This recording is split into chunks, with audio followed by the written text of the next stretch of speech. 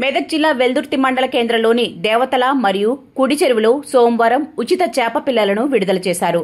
మండల అధ్యక్షుడు బాలరాజు మాట్లాడుతూ తెలంగాణ రాష్ట్ర ప్రభుత్వం మత్స్యకారుల అభివృద్ది కోసం ఉచితంగా చేప పిల్లలు పంపిణీ చేసిందన్నారు. గంగపుత్ర సంఘం ఆధ్వర్యంలో స్థానిక కుడి చెరువులో 1,75,000, దేవతల చెరువులో 1,85,000 చేప పిల్లలను విడుదల చేశారు. తెలంగాణ రాష్ట్ర ప్రభుత్వం మత్స్యకారుల అభివృద్ది కోసం కృషి చేస్తోందని పేర్కొన్నారు.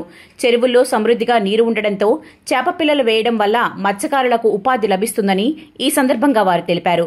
మండల విస్తరణ అధికారి మజీజ్, ఫిషర్మెన్ అధికారులు సంతోష్, బాలాజీ, శ్రీకాంత్, ఉపాధ్యక్షులు అశోక్, క్యాషియర్ శ్రీనివాస్, మల్లేష్, రాజు, రమేష్, సురేష్, అశోక్, మహేష్ తదితరులు పాల్గొన్నారు.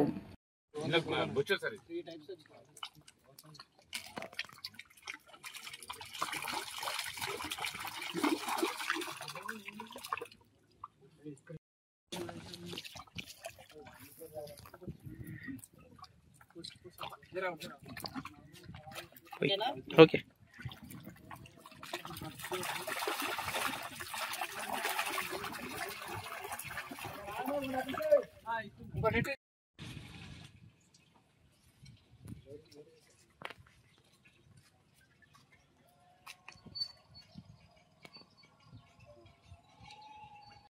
మొత్తం చేప పిల్లలు కుడి చెరువు దేవతల చెరువులకు కలిపి 4,32,700 చిల్లర చేప పిల్లలు ఉత్పత్తి చేశారు, విడుదల చేశారు.